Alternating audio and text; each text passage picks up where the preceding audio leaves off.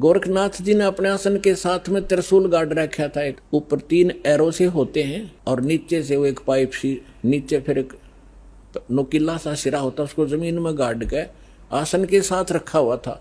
6-7 foot ऊंचा त्रिशूल। गोरखनाथ जी ने कहा कि यदि तू मेरे साथ वार्ता करना चाहता है कबीर जी, तो आइए मेरे समान आसन में आ जाइए। नाथ जी वहां से उठे जमीन से और त्रिशूल के ऊपर जाकर विराजमान हो गए। हाँ, ये देखिएगा, ये त्रिशूल पर बैठे हैं। फिर परमात्मा ने क्या लीला की कि कबीर जी ने कहा कि गोरखनाथ जी, आपकी और हमारी बात ज्ञान चर्चा की थी, गोष्ठीकरण की थी।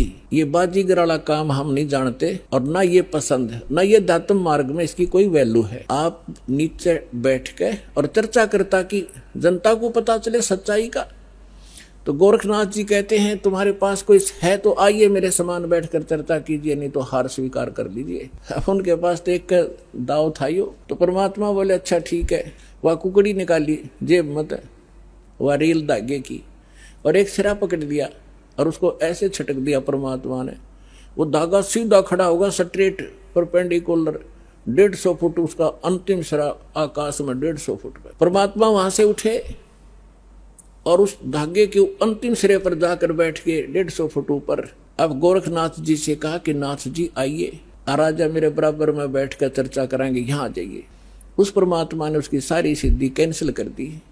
उठना चाहा था ऊपर को और जमीन पर ऐसे गड़ा धर्म देसी, सारा शरीर बोलिया जान गया गोरखनाथ कि आज तेरी सिद्धि नहीं काम करेगी। अब गोरखनाथ ऐसे बैठा जैसे पैरालाइसिस हो जाता है इंसान को, टस मस नहीं हो पा रहा। तब गोरखनाथ जी ने कहा कि आ जाओ कबीर जी, नीचे आ जाओ, अब मैं समझ गया आपको, अब चर्चा करेंगे। तब परमात्मा ने उनको ज्ञान समझाया